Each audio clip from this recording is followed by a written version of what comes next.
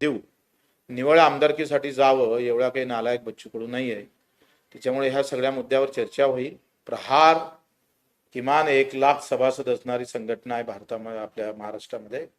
दिव्यांग बांधव किमान 5 ते 10 लाख लोक आमच्यासोबत जुडलेले आहे.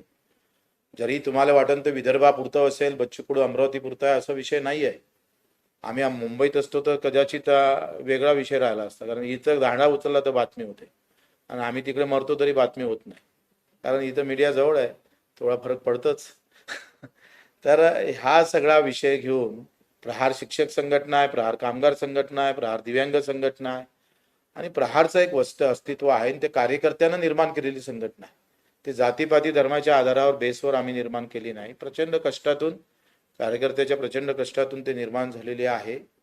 जेव्हा बातम्या वाचत होतो विलिनीकरणाच्या वगैरे, तेव्हा थोडंसं दुःख वाटत होतं की मी शिवसैनिकच होतो जुना, शिवसेनेच्या बंडखोरीतून प्रहार, बच्चू कडू एकमात्र महाराष्ट्रात असा कार्यकर्ता दिसन का शिवसेनेतून गेल्यानंतर दुसऱ्या पक्षात गेला आणि 25 वर्ष सतत लढत गेला. कुठल्याही पक्षाचा पाठिंबा नाही, कुठल्याही पक्षाचा नाही. पाठिंबा देतो म्हटलं तरी आम्ही घेतला नाही. इतकी तटस्थ भूमिका. म्हणजे मला मागच्या वेळेस शिंदे साहेबांना म्हणता आलं असतं का 2 सीटा आम्हाला द्या, 1 खासदारकी द्या, युती करा, पण नाही, आम्ही ते काहीच केलं नाही. काँग्रेस सोबत, शरद पवार साहेबांसोबत आम्ही बसलो, पण मला ते मान्य नव्हतं, आम्ही ते केलं नाही. अतिशय प्रामाणिकपणे आणि तत्वाला धरून ताकदीनं मुद्द्यासोबत आपण राहिलो पाहिजे. जो गोरगरीब जनता आहे त्याच्यासोबत आपण